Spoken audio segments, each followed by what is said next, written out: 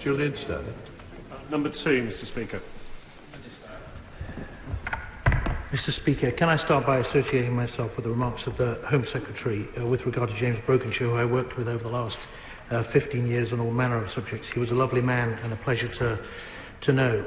It's also a poignant moment as I group this question with question 5 to realise that he would have spotted, Sir David would have spotted the subject of these two questions, and given his long interest in animal welfare, should in any just world be bobbing behind us now to ask a question.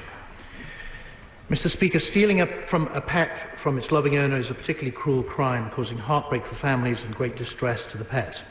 The Home Office is working with the police to ensure pet thefts are recorded in a consistent manner and readily identifiable within Force's information management systems across England and Wales.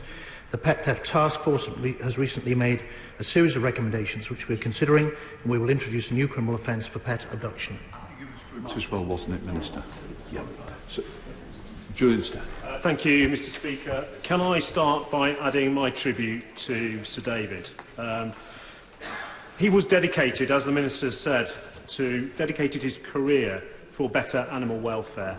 And I know that this topic was one that was very close to his heart, and he had been lobbying the Minister very hard on. Mr. Speaker, as we continue to see the rise in pet theft by criminal gangs who are using these proceeds to fund further criminal activity, does the Minister agree that we have to bring forward legislation on this as quickly as possible? We cannot delay any further. And can the Minister give us a clear timescale on when we're going to see this legislation and we can vote on this important legislation in this House? Well, Mr. Speaker, the honourable gentleman is absolutely right that unfortunately one of the effects of the pandemic, particularly the rise in the value of pets, particularly dogs and cats, who have been happily in demand by many families who look to them for companionship, has brought with it a criminal phenomenon which we need to address.